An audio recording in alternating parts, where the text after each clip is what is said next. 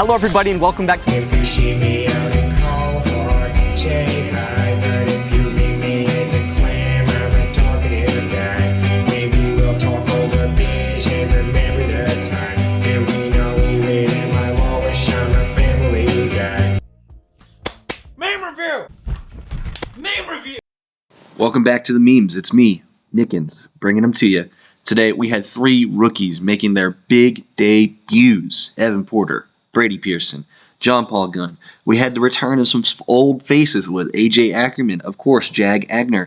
And how could we forget Ryan Kratch on the mound making his 2025 debut. So let's just get into it, jump into it. You guys know how it is.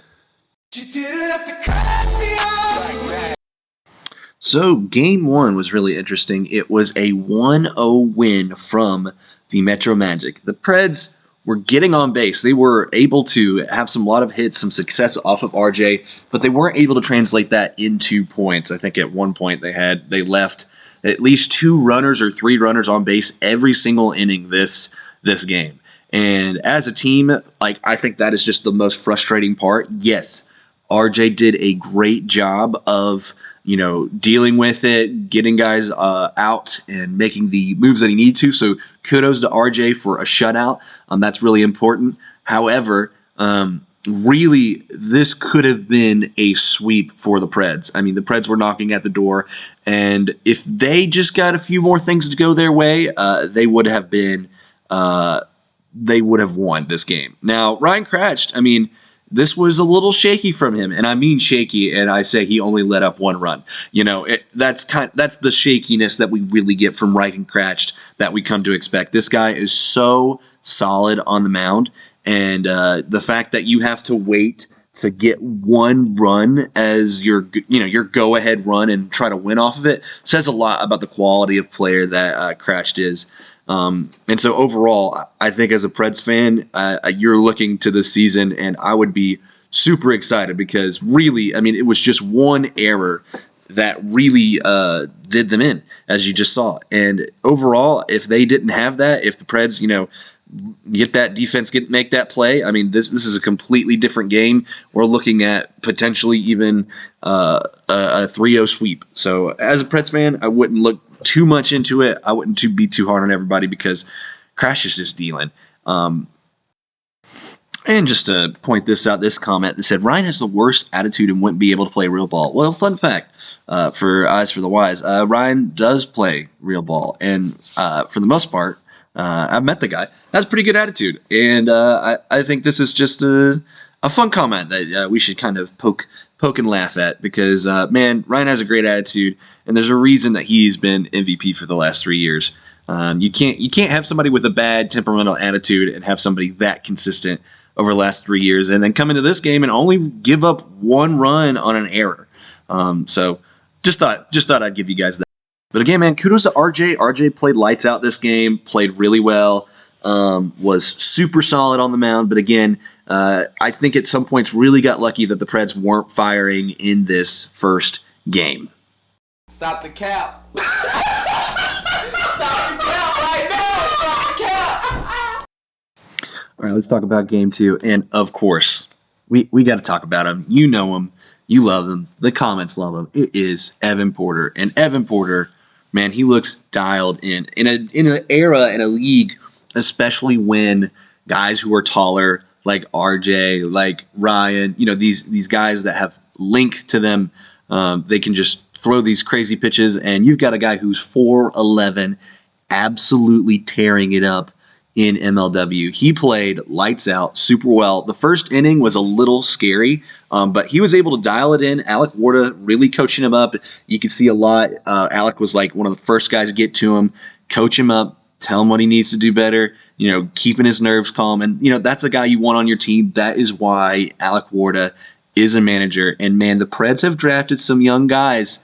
They're looking really solid. Porter looks like the Preds' final solution to a number 2 pitcher, and he's going to be there for a while. At 15, man, that is huge. They've got Levi Fleer, who is a super solid bat to Ryan Kratch. Brennan Russell's a little streaky, Alex a little streaky. So you got 2 solid guys in Ryan Kratch and Levi Fleer, who's going to hit a lot, and then you got Brennan and Alec, who can catch fire when they need to, and it's looking really, really good for the Preds this year. Let's talk about the Magic real quick, because John Paul Gunn was struggling with a little bit of control issues. I don't know what that's coming from. It looked like he was missing high often, so maybe that is just the issue with figuring out MLW zones. I know at I'm pretty sure at NWA, I think Ballman, they play with a similar zone, but maybe just a little bit of practice, needed some stuff.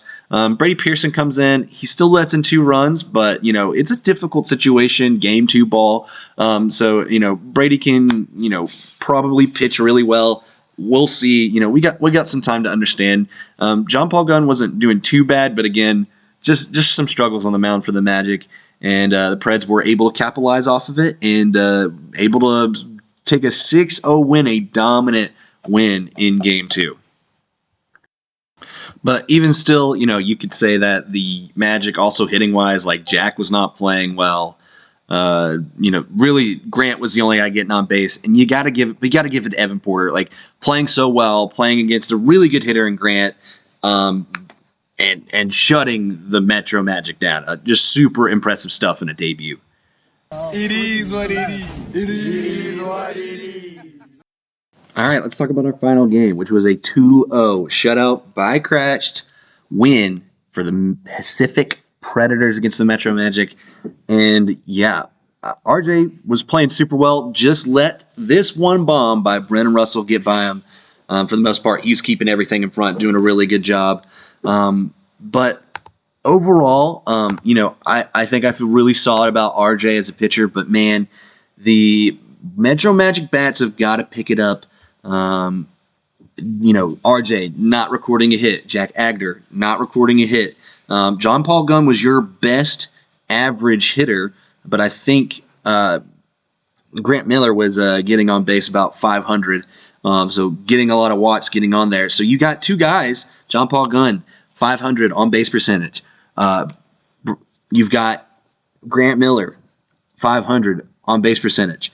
And guys like AJ Ackerman, Brady Pearson, RJ, Jack, they've got to pick it up. I think they can kind of put it all together, but I'm still not convinced about this Magic roster yet.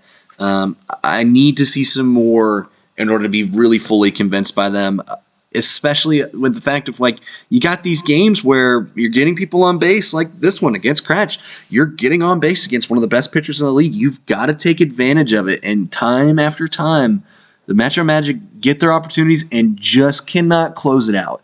But obviously it's Cratch. Kudos to Cratch. Kudos to the Pacific Predators. They're looking like they're playing really well against an RJ that seems to have reemerged as a really good pitcher again. One of the top prospects in MLW still, and is playing super, super well.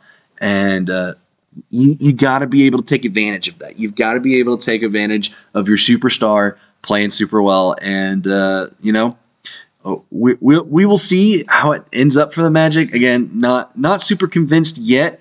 I did love seeing Grant Miller pitch. He looked like he was doing pretty well. Again, kept up that shutout inning.